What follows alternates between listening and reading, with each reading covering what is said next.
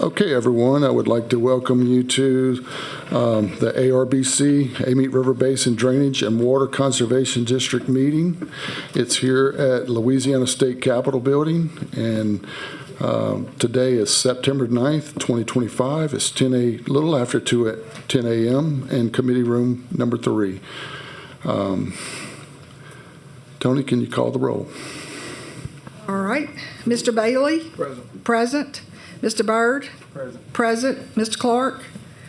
Present. Mr. Quintmall? Here. Present. Mr. Delat is absent. Mr. Dufran? Yeah. Present. Mrs. Polito? Present. Present. Mr. Harrell? Here. Present. Mr. Harris? Here. Present. Mr. Rayford? Here. Present. Mr. Smith? Here. Present. Mr. Lazina? Here. Present. Mr. Knight? Here. Present. Mr. Kluot? Present. Present. All right, we have a quorum. Thank y'all. Okay, I'd like to ask Mr. Roy Smith to lead us in the Pledge of Allegiance.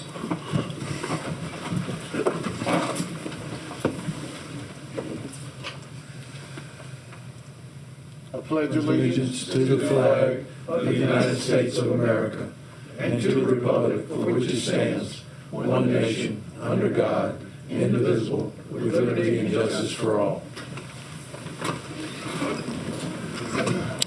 Thank you, Mr. Smith. Any public comments, please register with our secretary, Ms. Tony Guitro. She'll be sitting to our left, your right. And next item on our agenda is to approve the audit for FY 2024 through 2025 that has been prepared by Diaz, Dupree, and Ruiz, LLC. Ms. Nikki, you ready for that? Okay. My name is Nikki Dupuy. I am with the firm Diaz, Dupuy, and Ruiz. Thank you so much for having me here today. We have completed the audit for the district's financial statements as of June 30th, 2025. The audit consists of 3 phases, the first phase being internal controls. We have reviewed policies and procedures, and we feel they are adequately designed for an entity this size. Our test did not disclose any instances where the staff was not complying. Our second phase is compliance with laws and regulations. The legislative auditor requires that we test accounting, audit, allowable expenses, budget, bid law, and cash management. Our test did not reveal any violations of any of these laws. The third phase is the actual audit of the financial statements that are prepared by the staff. And based on this audit, you have received an unmodified opinion which says your financial statements are in compliance with government auditing standards, and this is the best opinion that you may receive. A brief overview of the financials are revenue in the general fund totaled $3,646,978, and in capital projects $461,181. Expenditures fell at $3,596,215 in the general fund and $16,000 in the capital projects. Fund balance ended $2,619,000 in the general fund and $10,178,757 in the capital projects fund. The total revenue combined was $4.1 million, and this is an increase of $1 million. Last year it was $1,090,000. The major revenues were from the state appropriations, which was the intergovernmental agreement with the CPRA, which the funding was to be used for the master plan. That revenue fell at $3,046,000. We also have the sale of dirt, which was $270,000. And as you know, this is based on the number of cubic yards sold each year. Interest income was $530,000 roughly. A small decrease from last year, which is basically just due to the average interest rates declining. The average rate in 2024 was about 5.33, and it fell to 4.72 at the end of June 25. Ending fund balance, $2.6 million in the general fund and $10.1 in capital projects. We believe the district's in good shape. Fund balances are adequate for the business this size and the expenditures that you have. We do still have the LWI grant. Those revenues were $258,000 for the year, and I believe we have somewhere between $390,000 and $450,000 remaining on that grant to be used for a year extension. The end of the year, the district had $12.8 million in cash, so that's great. Overall, I think the district is in great financial shape. Overall, the audit went great. Controls were adequate. Staff was compliant. No violations with laws or regulations. It was great to work with Ms. Tony again and Mr. Paul. If you guys have any questions, I'd be happy to answer them, or you can reach out at me at any time. The financial statements will be posted on Legislative Auditor's website, and Ms. Tony has said they will also be on the district's website as well. Okay, do we have any questions? Do we have any public comments on our audit? Commissioner Bailey? Make a motion. I got a motion by Commissioner Bailey. Do I have a second? By Commissioner Quintmall. Any opposition? Hearing none, motion passes. Thank you, Ms. Nikki. Before we get too far into our meeting, should have handled this a little sooner than now. We have a new commissioner. I'd like to introduce to everyone Mr. Roy Smith. He's from, he'll be representing East Feliciana Parish. And a little bit about Mr. Roy is he worked at DOTD for 30 years. His background, he's got a PE in civil and environmental license. He's a civil engineer. He represented District 61. Some of you who don't know, that's here local, and it consists of 9 parishes. Part of that job, or all of that job, was roads, bridges, DOTD right-of-ways, and all that plethora that comes along with being a district supervisor. He's a lifelong resident of East Feliciana, and since retiring, he's, I think he said it, how he said it, a proud cattle farmer.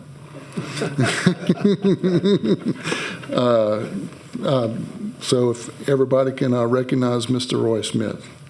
Thank you, sir. Okay.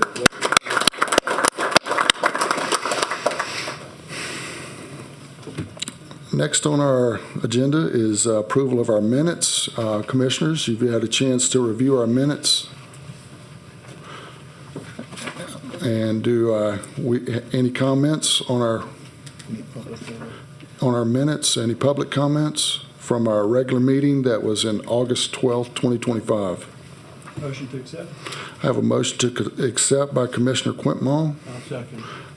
Second by Commissioner Rayford. Any opposition to accepting our minutes as written? Hearing none, minutes approved. Next item is our financial statements, and that's, Ms. Tony, can you explain what we have going on today? Something about, go ahead. Yeah, we had received our bank statements late due to a holiday, and then our CPA was unable to get to this for health reasons. But everything did reconcile, no problem, and we'll go ahead and look at it and approve it at next month's meeting.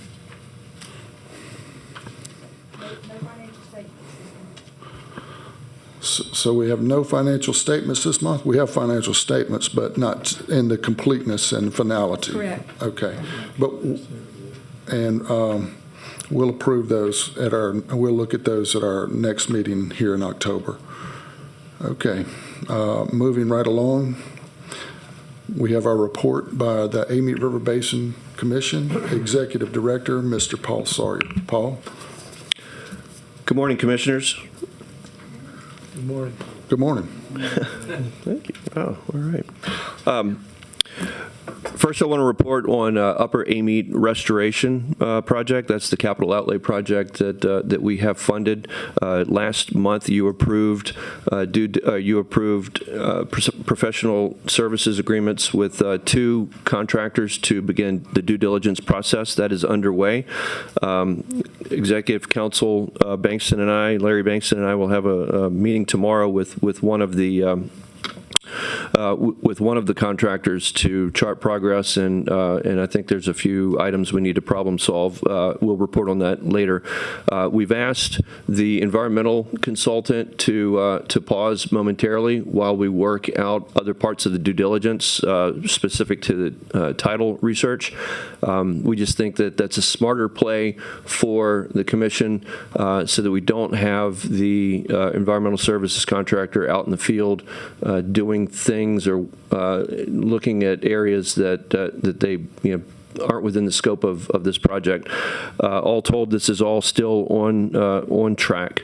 On September 15th, President Clark and I conducted a site visit, and I have sent around images from the site, and there will be others, there will be more, and then also we will schedule in the future some visits. I will reach out to you once we have some dates identified.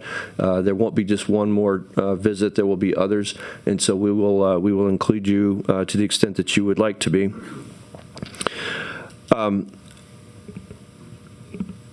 With respect to capital outlay, as you know, we currently have $2 million in priority 2.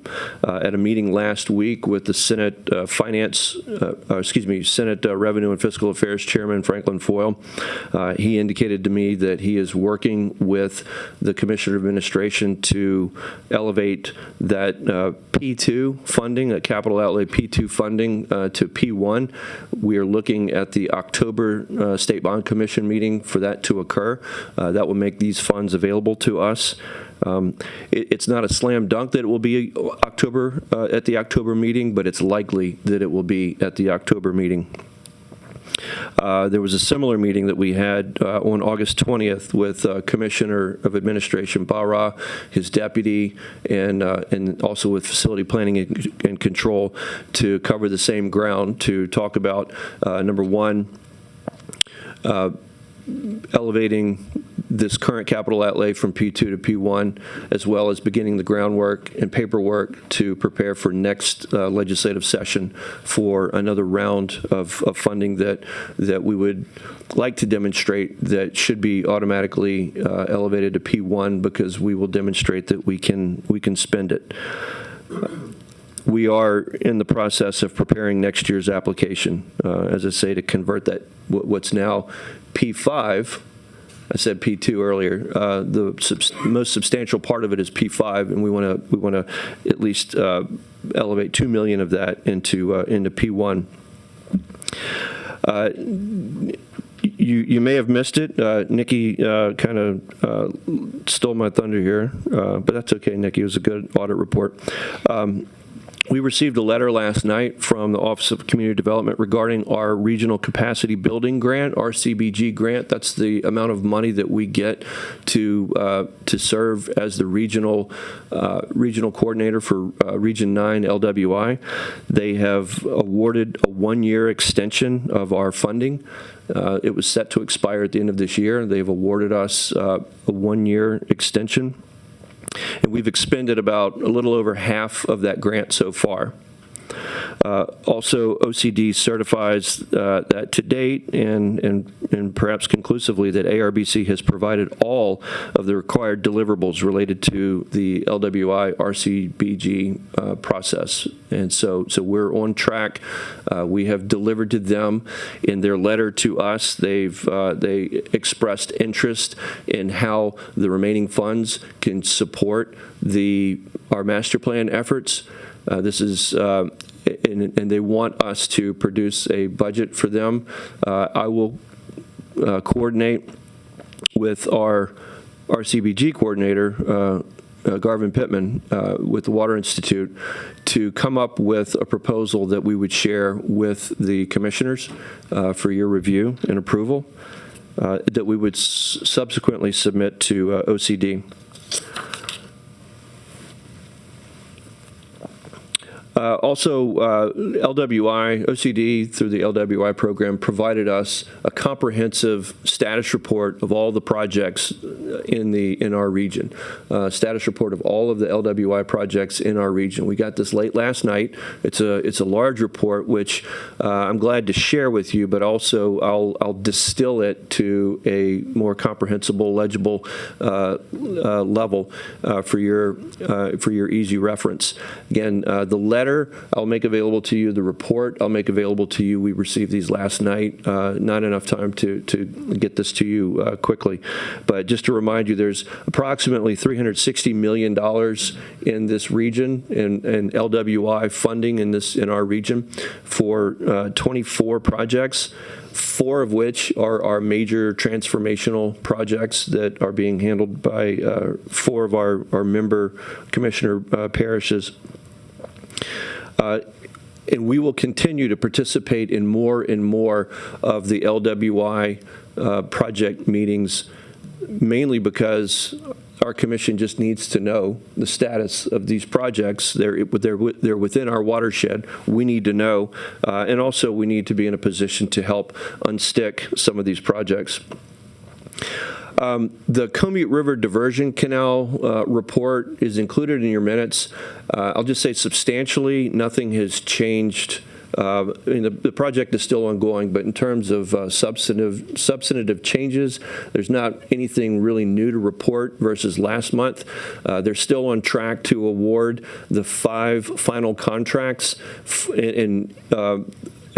award and sign the final 5 contracts by the end of this calendar year, which would put them on a path to complete these projects. We estimate probably between 2028, late 2028, early 2029. That's an estimate. The report is in your minutes. I'd be glad to entertain any questions, but as I say, that report is substantially the same as last month's, as well as the other Corps of Engineers project. As you know, Comite, we are a project partner on the Comite River Diversion Canal. There's a companion Corps of Engineers project in East Baton Rouge Parish. We are not a party to that project, but we continue to monitor it because it's a large project within our watershed. That's the East Baton Rouge Parish Flood Control Project, also known as the 5 Bayous Project. And that project is slowly moving along. Just to refresh your memory, that's 5 bayous in East Baton Rouge Parish. In the lower part of the parish, it's Bayou Fountain, Wards Creek, and Jones Creek. In the upper part of the parish, it's Blackwater Bayou and Beaver Creek. And the operations in the lower part of the parish have moved along much more quickly. The demands on those projects are not as significant as the ones further up. There's a lot of clearing and snagging and just clearing out those lower waterways so that they can drain more efficiently. The projects in the central area, Beaver Bayou and Blackwater Bayou, I'm sorry, I said Beaver Creek earlier. Beaver Bayou and Blackwater Bayou. Those are channelization projects, some clearing and snagging. They require a lot more engineering, and that process has been very, very slow. And I couldn't even predict when that part of the project will be complete. I'll throw a dart and say 2030. We have, speaking of the Corps of Engineers, I've let you know that there's a meeting next week with the New Orleans District Commander. Please let me know if you're interested in attending. Some of you have reported back. And then lastly, with respect to the Corps of Engineers, we have been assisting Congresswoman Letlow. She's been meeting with high-ranking Corps of Engineers officials and has asked us to brief her on projects within our region, within our watershed, to help her, position her to work with the Corps of Engineers, whether it's permitting on some of our LWI projects, whether it's moving along some congressionally authorized projects that are occurring within our member parishes, as well as the Comite River Diversion Canal and the East Baton Rouge Parish Flood Control Project. Just real quickly and finally, I've mentioned to you last month that we are attempting to update the website. Don't worry, this is not a overhaul. This is really just to make it more user-friendly and to help promote our master plan, promote some of the projects that we're working on, as well as make it easier for citizens to connect with us. Also in your packet, there's a draft RFQ that you have seen before, and I just ask you to take a look at it. This is an attempt for us to this is a generic and broad-ranging RFQ. I don't think that we need, I don't think commission approval is required on an RFQ, but it helps to have your input on the scope and nature of the RFQ. And this will position us to be more nimble, to take quicker actions, especially when money becomes available on targeted as well as larger initiatives. And the very last thing I want to say is not a report, it's personal privilege, please. Nikki provided a clean bill of health for our annual audit. Our executive secretary, Tony Guitro, has labored intensively for months on this audit. Audits don't matter until they do. A lot of you know that, and I think it helps. Number one, that Tony knows the ins and outs of all of the mechanics of the Amite River Basin Commission. I think it also helps that she's a former elected official who understands and appreciates multiple levels of accountability. And so thank you for keeping us straight and on track. With that concludes my report. Glad to entertain any questions that you might have. Commissioners, we have any questions? Paul, not so much a question. What our RCBG grant, that's some great news from the watershed and OCD. And Garvin, thank you for seeing us through. Hadn't missed a step, totally accountable all the way. Looks like we're even out in front of some people throughout the rest of the state. As we continue with these tasks and coordinating LWI Region 9, maybe think about or ask OCD or look into the black and white on the flexibility for the use of those funds. That would be, you maybe get creative. That could help us, accomplish these tasks that we need to accomplish that we may not know that could be covered under these funds. $360 million in projects for Region 9, that's a lot. That's pretty significant spending here. I sit on two other LWI regions, Region 5 and Region 6, and Region 9, most impact and distress. And the other thing is our newsletter. Like you mentioned, our website. I encourage everyone to subscribe to our newsletter. Paul, is there a link to that or a specific address? Thank you. Actually, I need to mention that every time I'm in front of a microphone.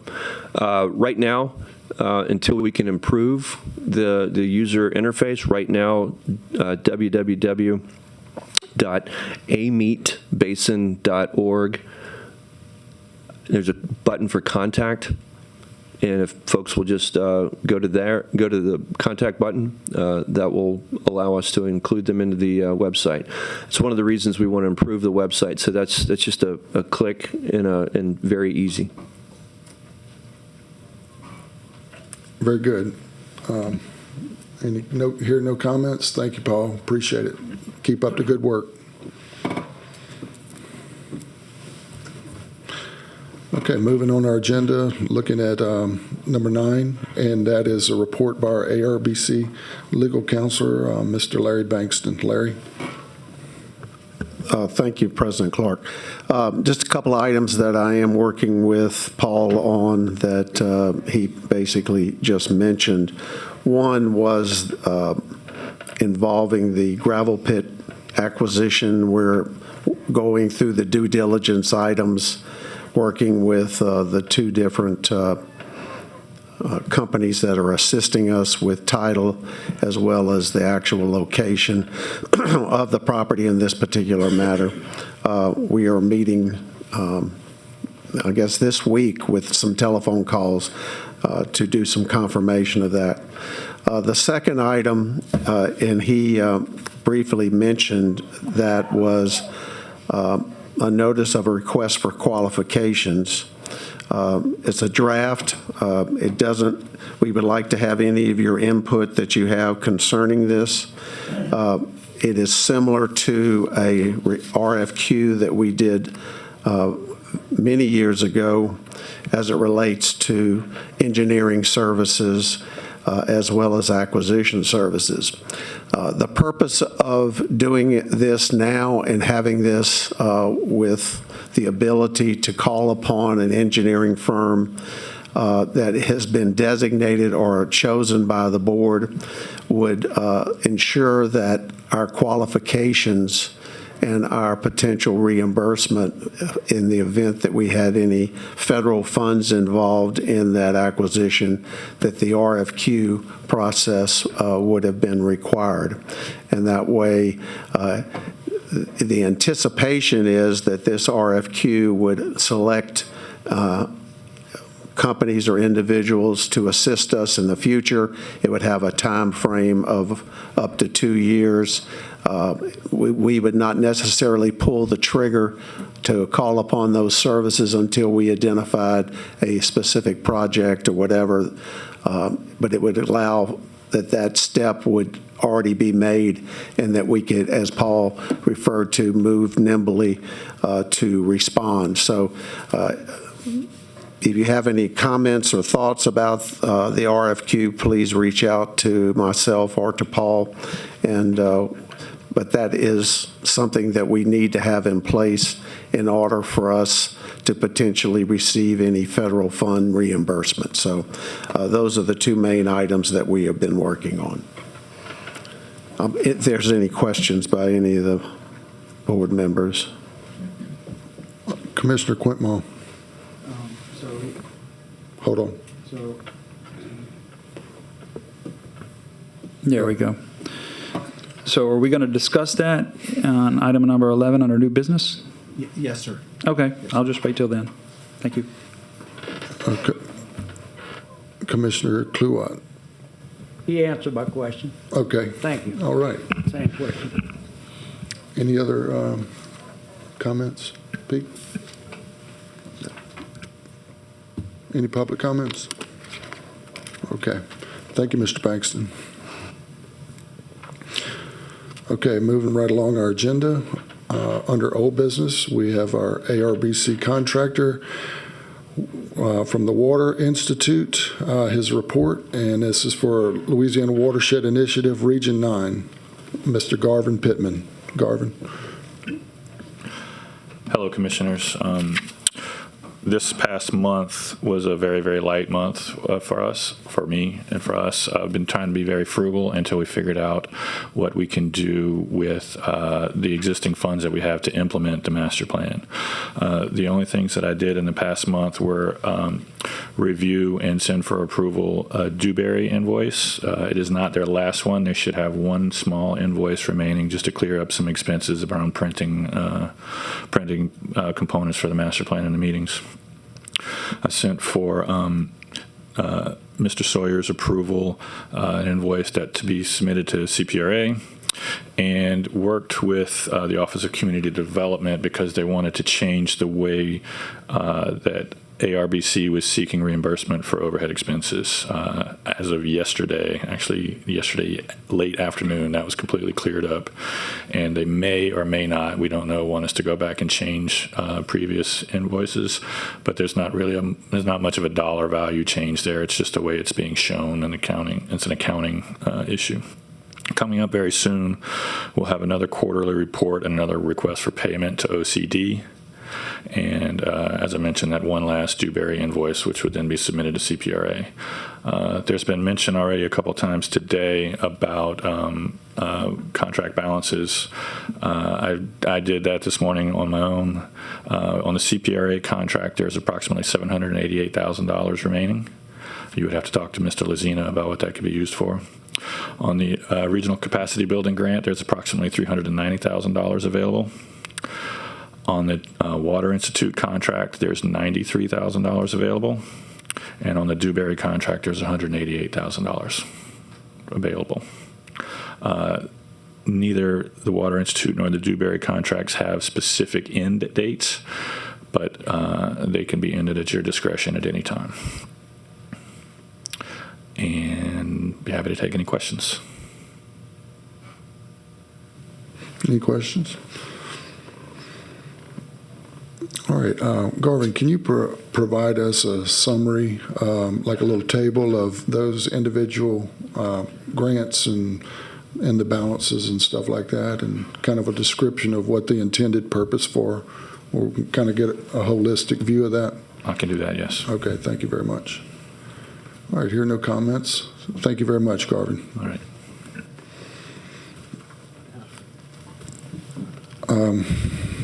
Did you have a comment? Commissioner Byrd, you had a comment? No, I'm fine. Okay. Okay, next item under old business is going to be listed on the agenda is St. Helena Parish resolution to the ARB master plan, and that's an action item.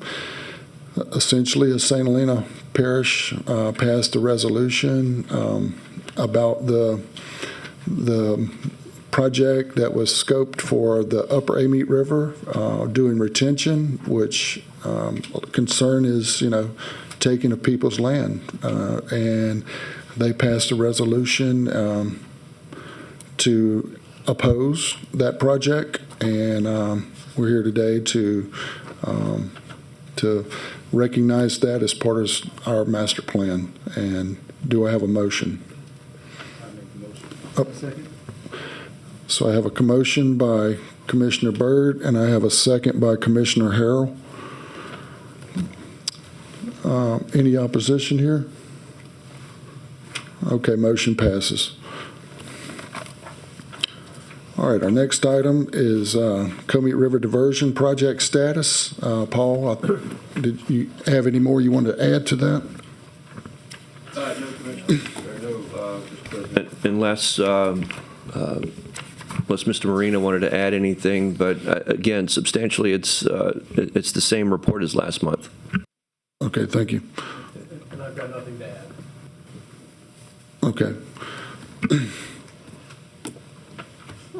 All right. Next item is under new business, our RFQ discussion. I think Mr. Larry covered that. Larry, did you want to add any more about the RFQ? Well, we're looking for any thoughts or comments from the commission as to the scope or any aspects of it that they would like to see revised, and give us direction as to whether or not how they would like us to proceed. Commissioner Quintmall, you had a comment? Yeah, so, I'll take care. Thank you, buddy. Thank you.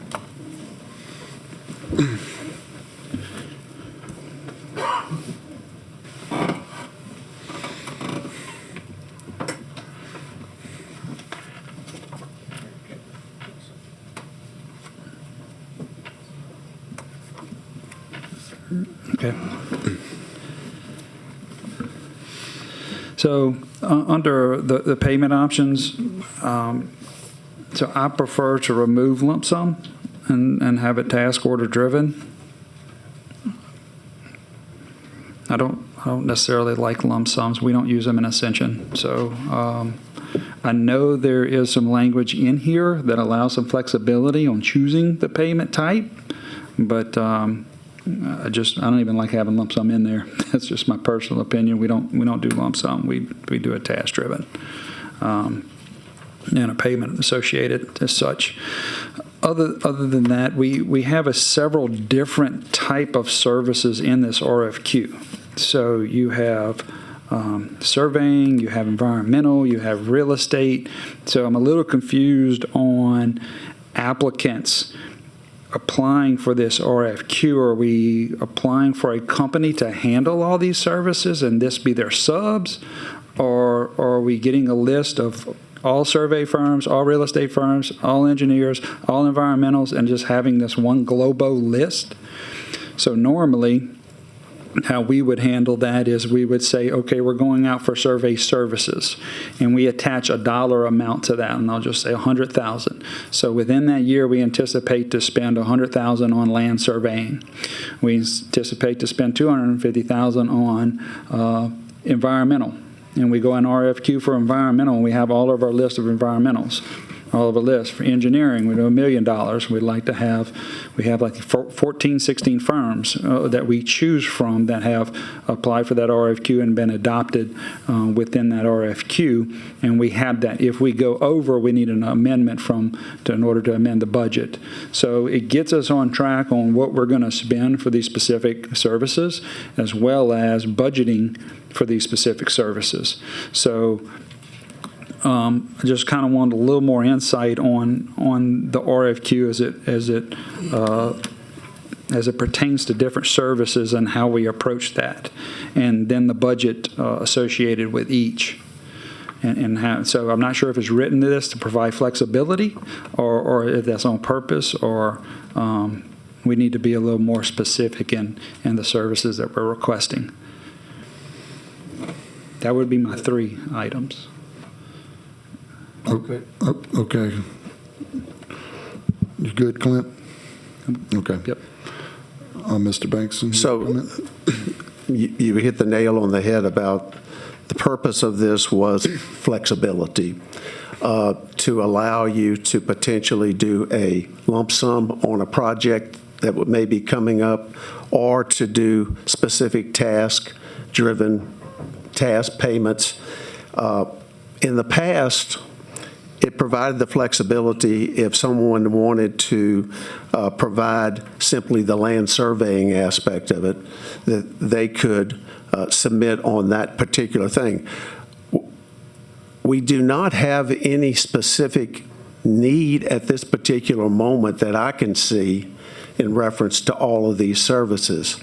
The purpose of this was to provide the flexibility, as we saw with this potential acquisition of the property here. We had to move very quickly, and as a result of that, we may not, if this would have been a federal project, we may not have been able to get reimbursement for some of that. So my concern was to have in place a group that either could be one engineering firm that would ensure that they had all the additional services through subs and submit to us in reference to that, or each individuals could submit separately, and those could all be considered. But it seems to me this historic request for qualifications was done a number of years ago, and in that instance, they had an engineering firm who had subs involving land acquisition, and that's when when ARBC was deeply involved in acquiring property, doing the environmental requirements that were in order for it to be acquired for the Comite Diversion Canal. So the thought was, and this is was my thought, that the preferable path would be a engineering firm that would ensure that they had, for most parts, as you know, not everybody has their own land surveying department. They don't necessarily have their own real estate acquisition group. That one group would submit something with individual subs that would be qualified, and that could be evaluated in that sense. If the commission wants to consider a different process, certainly could look at that. This is just a draft of where we're going, and but I do understand the points that you were making. Commissioner Quitmore. So, yes, understand the flexibility, understand that. Here's, I guess, my take on that. Number one, we need to put a budgetary dollar amount to these services. Second of all, is that maybe I just need property to be surveyed that we own. I don't want to go through the engineering who has to be a middleman to me getting services for surveying. I'd rather just have the list and me contact that list, because as time goes on, you're going to find out that you have a specific surveyor within that group you want to use, even though we try to use them all, right, to a degree, but we're going to have a favorite, right, that we find does the job according to our expectations. No different than environmental services, no different than engineering, no different than any other. So I'm hesitant to get one group that does all these services because we're not supporting the full array of consultants that may just do environmental, that may just do surveying, or that's their expertise. And if we isolate it to one engineering firm who has all these subs, then we're really boxing ourselves in, having the flexibility to choose different vendors for smaller tasks. And if we have a project that we anticipate has all of these things, then we go out for an RFQ for that project. Those engineering firms submit with their subs so that we are getting all those services and scope of work based on that project. But we're going to have smaller things that we're going to need tasked. And I would hate not to have the flexibility, because that's how this is written, is for the flexibility, but in choosing out of 5 surveying firms, 2 or 3, 5 environmental, and then so on and so forth with each of their specific expertise in their fields. And so, again, if this is dire straits and we need to push this through because we're having difficulties with the particular project we're working on, I would agree to that, but I would like in the future, or at least if we have the time, to go ahead and start thoroughly thinking this through from a budgetary standpoint, a flexibility standpoint within the field of expertise, as well as moving through for all of our daily consultant needs versus a large project, which we need to do a separate RFQ for that particular project. That would be my comment. Okay, Mr. Bankston. We could. Hold on. There you go. We can go back, and would you rather it see RFQ for land surveying than a RFQ for civil engineering, and maybe a combination of civil engineering and then environmental services? Because those, to me, are the 3 big categories that I think that, and we will need land surveying as it relates to the potential transfer, which whenever that happens, to East Baton Rouge Parish because the parish only wants the canal. They don't want any of the other land that we have. So About the Comite River Diversion Comite Canal. Diversion Canal, correct. So I can rearrange this, make sure it's, I don't know how that we potentially come up, I guess the commission would have to come up with potential budgetary items, but I think Mr. Sawyer, I think there's been instances where he has needed an engineer or someone to assist him, and we have not had the flexibility, or we had the legal authority maybe to do some of that, and that could potentially be charged to LWI or to CPRA or to any of these other individual groups that we have to finance. So I can start over, submit something back to the board for the next meeting. What is the drop dead date? Hold on. Commissioner Dufresne, go ahead. I was just asking, when is there a drop dead date or something in particular you need to? Yeah. No, we're just being proactive for the future, considering the exercise that we went through on this land acquisition in Upper Amite, and just like Paul said, just making ourselves a little more nimble and flexible and, quick to handle these things, because stuff that's on the real estate market, they don't always stay there and wait for you, you know? Cash is king. I'm also in agreement too, maybe we can inject something as a not to exceed amount and issue by task order basis. Whatever way we go, I think would be better than a,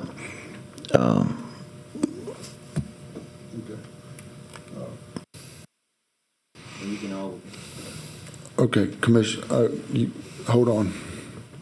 Go ahead. no, I was just saying, just to take that a step further, we can implement a not to exceed amount. We can always up the not to exceed amount as we get closer to that maximum. We can revisit it at that time and just increase the not to exceed amount. Okay. Sounds good comments. Commissioner Ferlito. Yeah, I had a question. How many contracts do you foresee? Like, are we seeking one engineering firm, or like Clint had said that, for Ascension, they have lots of contracts with their program where they have like a little bench of firms waiting for the next task order.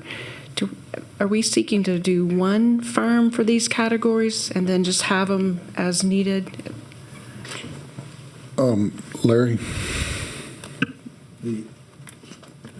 The idea was going forward that there would be one engineer, someone who can do the environmental. If we have a potential purchase of another piece of property, do any engineering work, do any environmental work, to do the land acquisition.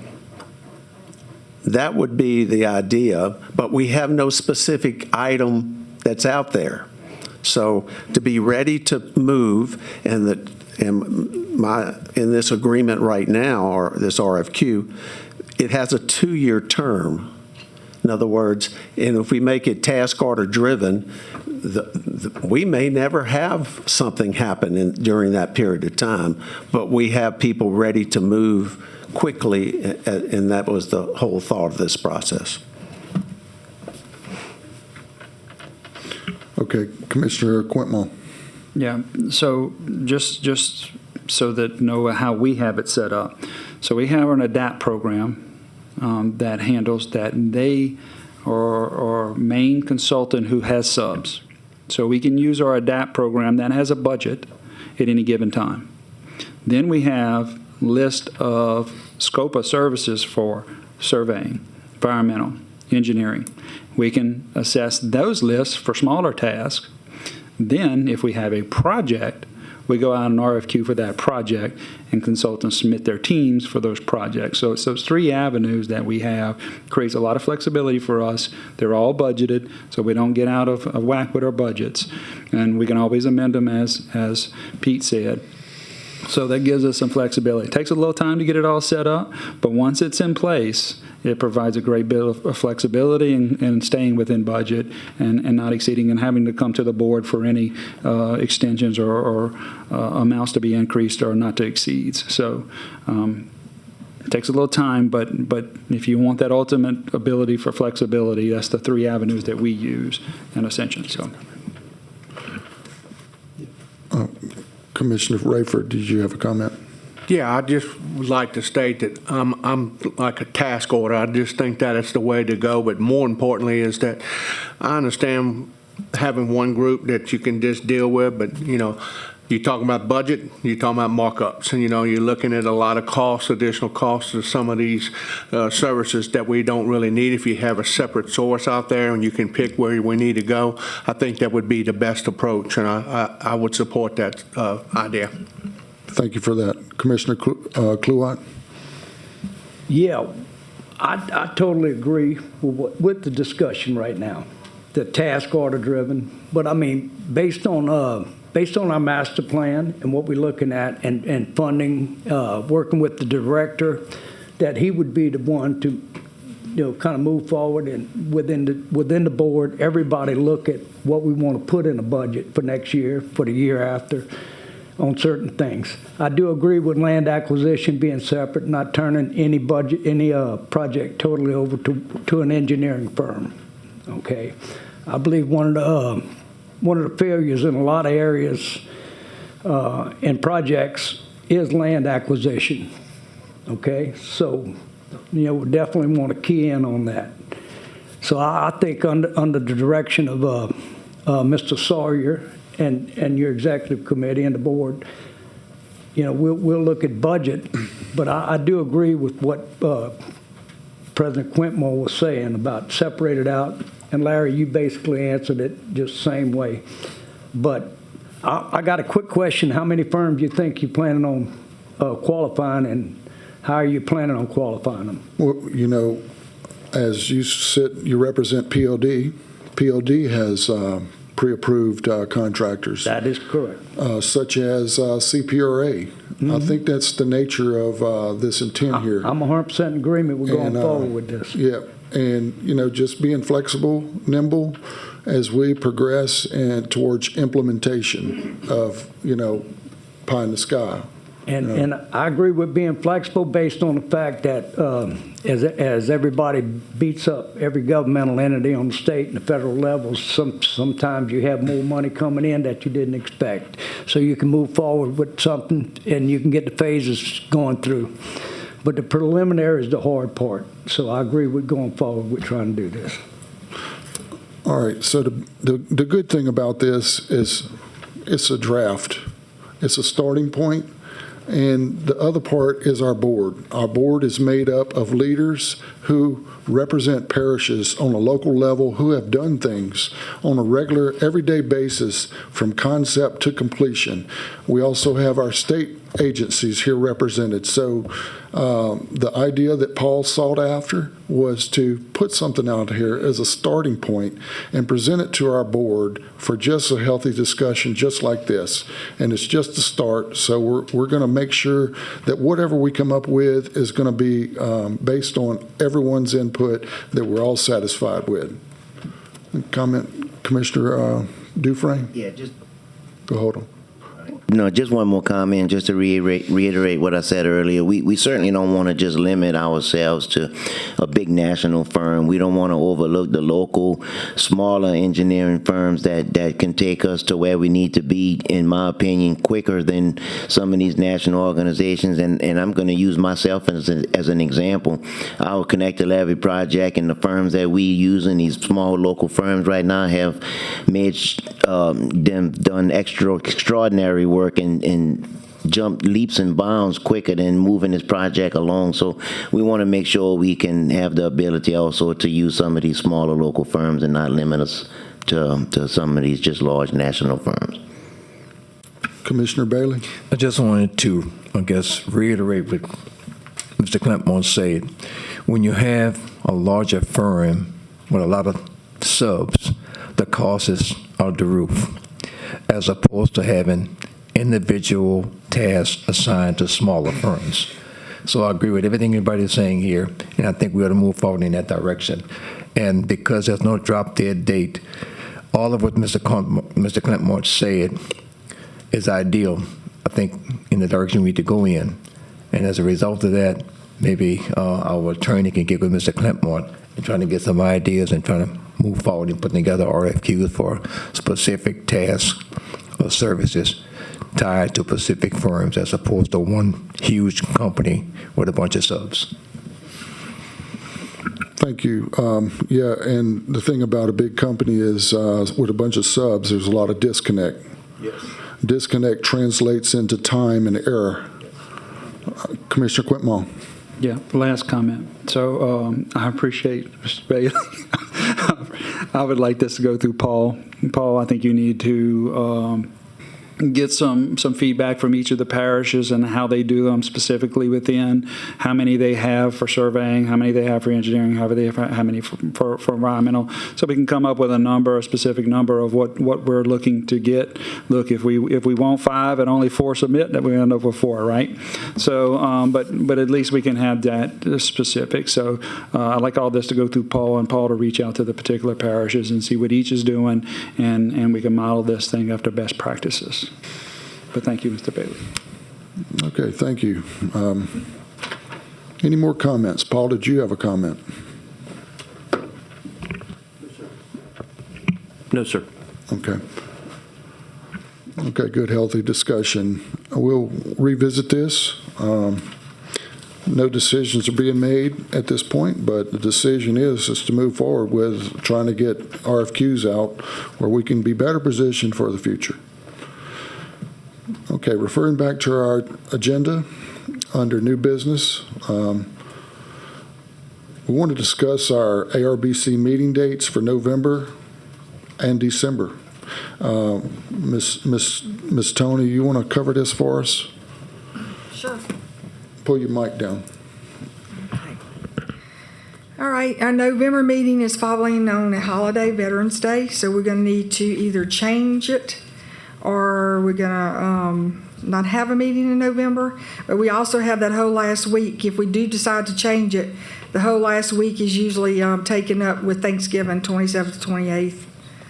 So if y'all will take one by one, let's do November 1st and see what y'all's opinions are.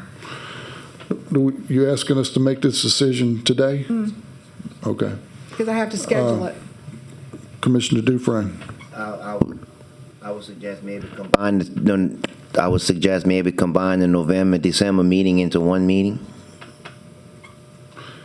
If not, unless we have something pertinent that needs to be addressed, then that'd be different. But if you don't see anything that we can't handle in one meeting for those 2 months, I think that'd be acceptable in my opinion. So you're saying have a meeting in December? Hold on, Tony, go ahead. Like have a meeting in December or wait until January? I think December? Commissioner Quintmore? So, yeah, that's third week of November, push it, before the Thanksgiving holidays, but after, if we're moving the 11th, then you got the 17th, 18th, 19th, and 20th. If we want to skip out on the December, meeting, which is okay with me, it usually is slow, hopefully. Not for me. I wish it was. So, yeah, I'm looking at that, 17th through the 21st for a joint November-December meeting, somewhere in there, if that fits everybody's schedule. I don't know if we can.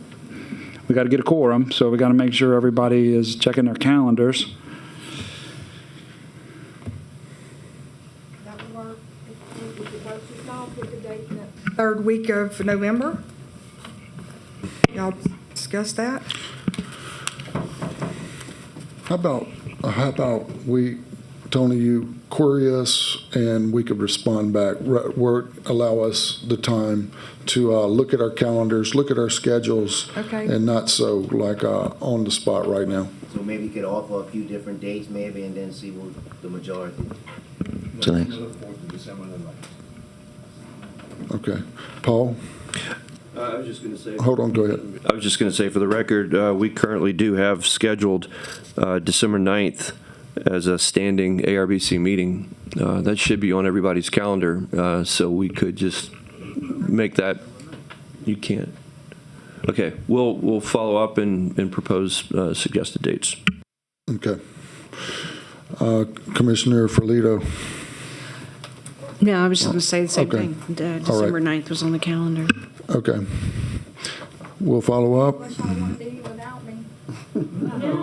Are you serious? You must be here. You must be here. Yeah.